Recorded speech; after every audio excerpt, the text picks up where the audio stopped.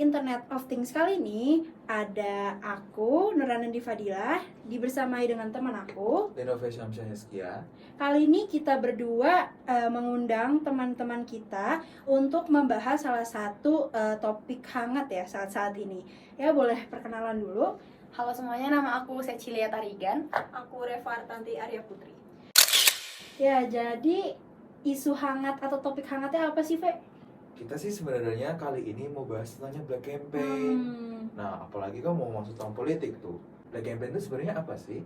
Jadi Black Campaign itu tuh penggunaan metode rayuan, sindiran, atau rumor yang bisa kita kayak sebar ke kandidat dan calon tertentu untuk tujuannya menjatuhkan lawan politik gitu. Iya, bisa dibilang juga Black Campaign ini tuh kayak tindakan fitnah terhadap lawan kita gitu loh, supaya kita mendapatkan keuntungan.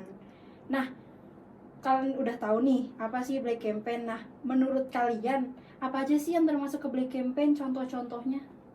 Kalau menurut kami nih ya, contoh-contoh yang paling sering kita lihat tuh di Black Campaign itu kayak menuduh calon lain dengan hal yang tidak berdasarkan fakta, ataupun menyampaikan kata-kata kasar terhadap lawan politik dengan menyinggung golongan ras tertentu. Jadi karakteristik dari Black Campaign ini adalah penyebaran informasi palsu, rumor atau fitnah, dan taktik yang digunakan ini tidak etis dan tidak sah.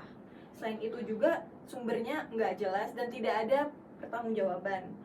Tujuan utamanya sih yang jelas untuk merusak reputasi lawan. Nah, karena kayak gitu tuh aku jadi penasaran deh. Kalau di Indonesia sendiri perkembangan Black Campaign itu gimana sih? Kalau untuk perkembangan Black Campaign itu kita mulai dari yang dulu ya.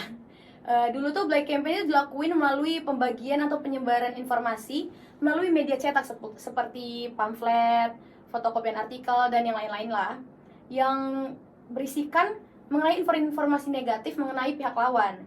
Terus itu kan zaman dulu ya. Kalau zaman sekarang karena teknologi udah maju dan canggih nih. Nah sekarang pada di media sosial ngelakuin Black Campaign. Biasanya di aplikasi-aplikasi kayak TikTok gitu ya. Iya, benar-benar. Tapi aku penasaran deh. Kalau kayak gitu tuh berarti sebenarnya kayaknya lebih gampang di zaman sekarang ya kalau untuk Black Campaign. Dan perlu aku singgung lagi ya, kalau Black Campaign sendiri itu tuh bukan cuma untuk politik aja, ya, benar. tapi kayak secara keseluruhan juga bisa, bahkan di lingkungan kita pun juga bisa terjadi. Menurut kalian ada nggak sih cara kita untuk melawan Black Campaign itu? Jadi cara kita untuk melawan Black Campaign itu ada undang-undang yang mengatur, yaitu UU nomor 7 tahun 2017 yang dapat dikenai pidana penjara paling lama 2 tahun dan denda paling banyak 24 juta.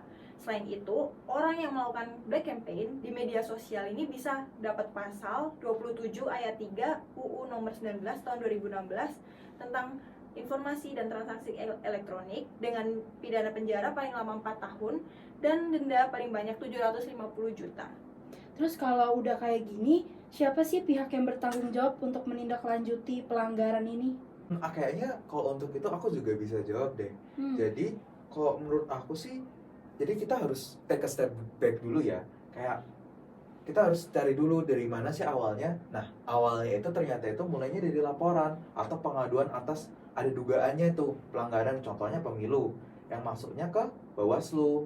Nah, terus setelah itu tuh jika tindakan itu tuh merupakan pelanggaran ya, nah itu tuh bisa masuk dalam lingkupnya KPU. Bahkan bisa jadi tidak masuk pada tindakan pidana biasa, tapi bisa juga masuk ke ranah lingkup hukum pidana yang ditangani oleh kepolisian tuh. Oh alah, gitu ya. Aku juga sering lihat di TikTok ada kayak brand kecantikan suka menjatuhi brand lain demi buat promosi brandnya. Itu kan termasuknya Black Campaign ya. Iya. Bukan hanya politik, bukan hanya tentang pemilu. Tapi kalau untuk kayak gitu tuh berarti sebenarnya ada faktor penegakan hukumnya nggak sih? Menurut kalian gimana ya? Ada, itu yang tadi udah disebutin sama Reva, itu termasuk faktor penegakan hukumnya. Contohnya kayak tadi Undang-Undang nomor 7 tahun 2017 atau Undang-Undang nomor 19 tahun 2016. Kalau untuk sarana dan fasilitasnya gimana ya? Kalau sarana dan fasilitas tuh ada perbedaan mendasar dalam melaksanakan penegakan hukum di Indonesia yang nyata dengan dunia maya ya.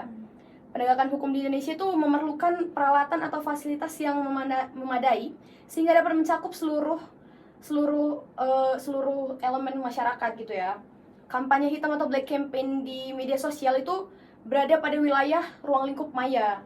Maka dari itu, kemampuan penegak hukum dalam menegakkan hukum itu bukan cuma harus di real life doang. Jadi Iya, iya. dia harus pandai juga menegakkan hukum di dunia maya. Oke, wah topik kali ini emang seru banget. Nah, buat podcast kali ini kita bisa ngambil kesimpulan dari Ave gimana? Kalau menurut aku sih ya, jadi kesimpulannya itu secara keseluruhan black campaign itu adalah strategi politik yang menggunakan metode rayuan, sindiran, rumor, dan di Indonesia tersendiri black campaign itu masih sering terjadi. Iya, jadi sampai sini dulu podcast kita kali ini. Sampai jumpa di topik-topik selanjutnya. Dadah.